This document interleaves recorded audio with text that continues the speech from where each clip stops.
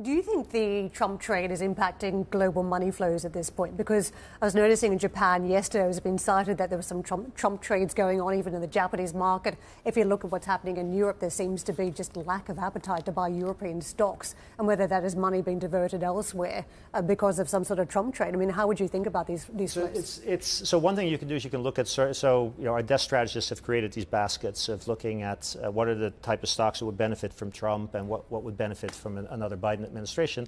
And what you mainly see, I think, looking at those baskets, and I think we have them both for Europe and for the US, is that there's been the surge in the Trump basket and actually no decline in the Biden basket, but also there's a clear sort of outperformance now of the sectors that would benefit from a Trump presidency. And you don't just see it in the US, you also see it in European equity. I don't think we have those baskets for Japan, so I'm not sure about Japan.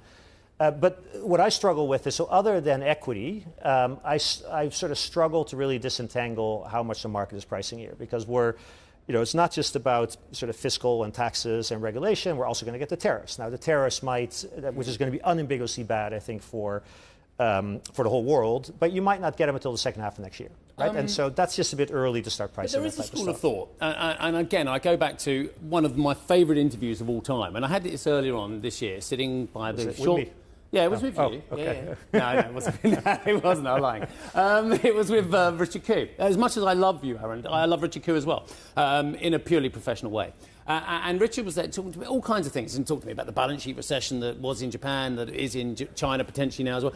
But he was also talking to me about unfettered free trade and globalisation, and that it works in many, many levels, but it doesn't work in other levels, and it hasn't worked for many Americans, for millions of Americans. So for us, and for those West and East Coast elites, for the metropolitan elites to say, global free trade, it works, it works, it works. Well, try telling that to people in the Midwest. Try telling that to people in the Rust Belt as well, because they clearly haven't seen the benefits. So for you and me and Karen to have our lovely intellectual debate about the disasters of protectionism and the joys of free trade, for them, this is completely the wrong side of the equation. And don't get me wrong, Richard wasn't saying that free trade is a bad thing. He was just saying for a lot of people, it ain't working at the moment because and this is the point he was making, the deficits, the trade imbalance is so large that those people are disenfranchised. So I will go back to you, and I'm arguing with myself, by the way, as usual, and say we are wrong to say that free trade always works for all Americans and for all people.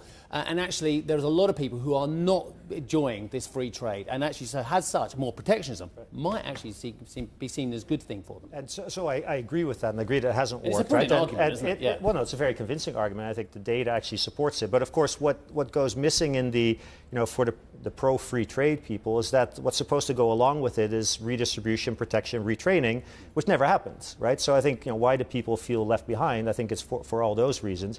It is interesting. I mean, people like Angus Deaton, Nobel Prize winner, is openly questioning whether, the economics profession, for instance, got something wrong here. That it was, and it's a little bit like the debate about capital controls. 25 years ago, everyone was for pro free capital flows, and they had to rethink. And actually, maybe that's not such a good idea. So I think there are certainly elements of it's all just on a spectrum, right? So no one has pure free trade or zero protection.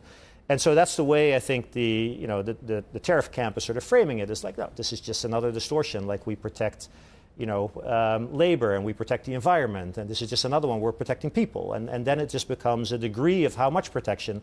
And I think that's where the market gets a little worried, because the amount of protection that's being talked about is so large that it will, I think, have a severe impact on the countries where the tariffs are going to be imposed. It will have an impact on growth. It'll also have an impact on inflation, because the magnitudes of what they're talking about are so much larger than in 1819 that certainly, if your focus is not on the left behind people or a generational thing, how do we bring these people along, but your focus is on sort of 1 or 2 years of macro data, then this is a pretty big deal.